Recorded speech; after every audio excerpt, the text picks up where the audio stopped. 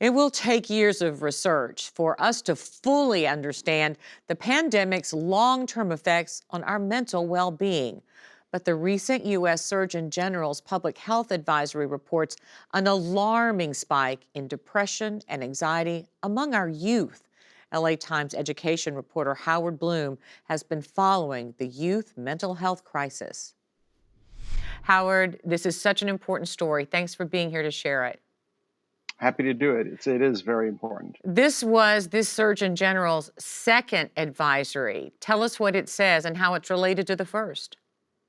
Basically, this advisory says there's a mental health crisis among youth in this country to the extent that it's a public health danger that he wanted to warn the public about, to do something about. Now, his first advisory was an advisory against medical misinformation, because everybody's been inundated both with things that are factual and things that are not factual at all, and people tend to follow what they want to believe. And he was saying that this has public health consequences, and it's a major issue, medical misinformation. So both things are obviously related to the pandemic that we're going through right now. What we really have to do is something the government can't do, but all of us as individuals can do, which is to fundamentally destigmatize mental illness. We have to change how we think about and talk about mental illness so that children don't feel ashamed of struggling with their mental health, and so that they don't feel embarrassed to ask for help. The numbers you cited in your piece, Howard, were staggering. Well, yes. So just to go through some of them, symptoms of depression and anxiety have doubled during the pandemic, with 25% of youths experiencing depressive symptoms and 20% experiencing anxiety. That's according to the 53-page advisory. There also appears to be an increase in negative emotions or behaviors such as impulsivity and irritability. And in early 2021, emergency department visits in the United States for suspected suicide attempts were 51% higher for adolescent girls and 4% higher for adolescent boys compared to the same time period in early 2019. Now, that was just what we knew at the time of the story. Since then, there's been more research that has basically buttressed these findings. The consistent picture is that this is a real mental health crisis that is affecting all youths. Let's talk about the causes. I know they all fall under the umbrella of the pandemic, but could you be a little bit more specific? Well, of course, the obvious thing is social isolation.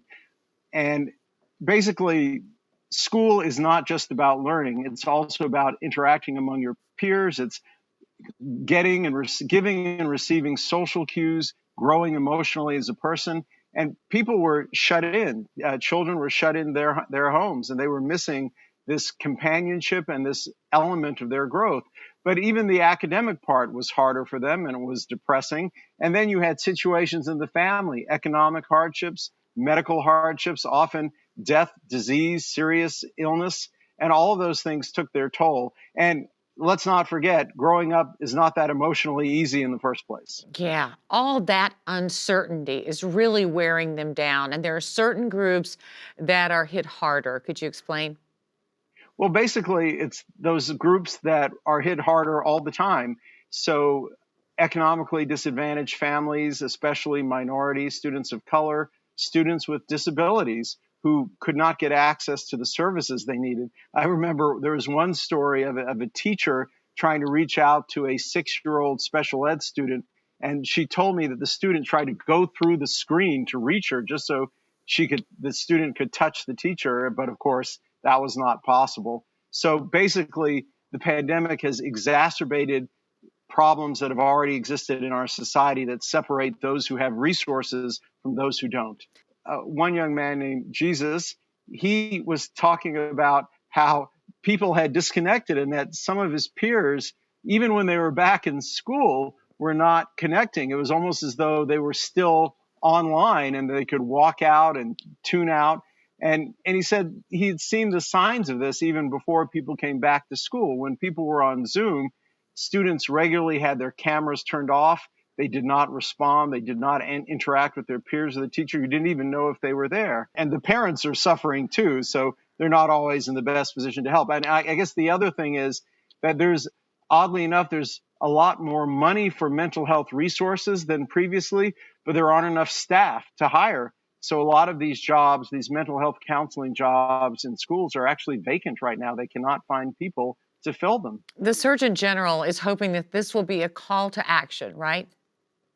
That's right. And what the Surgeon General is saying, folks, pay attention. This is serious. We don't want one public health crisis, a pandemic, to lead to another one, because the mental health crisis can be averted, or at least we can start pushing things in a positive direction. And what he's saying is that there's a role for this for everybody, including social media companies, parents, friends. He's also saying, make sure you look out for yourself, that students need to be active to look out for their peers and to look out for themselves. This generation of students is actually more aware of mental health issues than other generations, and they may be less inclined to just tough it out, and that's a good thing, but they still need resources. They still need help to get them through this rough patch.